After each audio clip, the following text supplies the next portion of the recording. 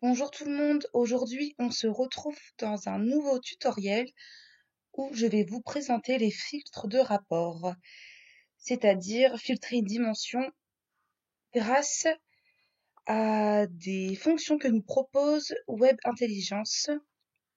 Alors ici, comme vous pouvez voir, j'ai créé d'abord un rapport où on retrouve les années, ici, les semestres, les mois, le numéro de semaine, les jours de la semaine, et ici on a le montant total du chiffre d'affaires. Alors tout d'abord, pour vous rendre et créer un nouveau filtre, vous allez aller dans l'onglet Analyse, juste ici, puis Filtre. Ensuite, vous déroulez la petite barre du filtre et là, vous retrouvez vos différentes fonctions.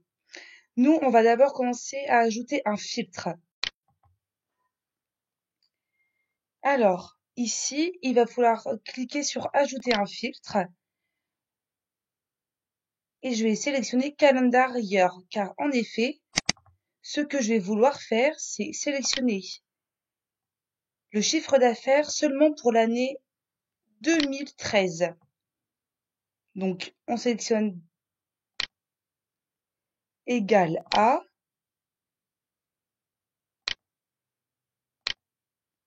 et là, on a toutes les valeurs qui font partie de la dimension ou de l'objet calendarier. Donc, on voit bien que les années vont de 2010 à 2014. Et là, je vais sélectionner 2013. Et il suffit d'appuyer sur OK. Voilà. Comme vous pouvez voir, désormais, nous n'avons plus que le chiffre d'affaires pour l'année 2013. Alors, on peut descendre. Voilà. Tout est 2013. Maintenant, je peux également ajouter un autre filtre au premier filtre. C'est-à-dire que je peux choisir d'avoir le chiffre d'affaires pour l'année 2013 et pour le premier semestre. Donc, pour le semestre 1 de la dimension ou de l'objet Calendar Quarter. Donc, je me rends de nouveau dans l'onglet Analyse puis Filtre. Je déroule et je vais faire Ajouter un filtre. Je reviens sur Ajouter un filtre. Calendar Quarter. Dans la liste, donc je choisis premier semestre. Valeur sélectionnée 1.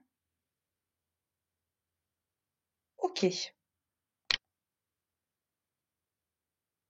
Et là, nous avons le chiffre d'affaires par semestre 1 et pour l'année 2013. Voilà. Et je peux faire ça à l'infini, c'est-à-dire que je peux ajouter un filtre à l'infini, par exemple pour l'année 2013, pour le semestre 1 et seulement pour le mois de, par exemple, seulement pour le mois French name de février. Donc, soit je sélectionne par un double clic ou grâce à la flèche ici. Voilà. OK. Et là, je n'ai plus que février.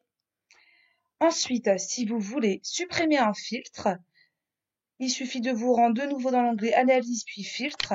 Et cette fois-ci, appuyez sur Supprimer le filtre. Donc là, on me propose de supprimer tous les filtres. Je dis oui.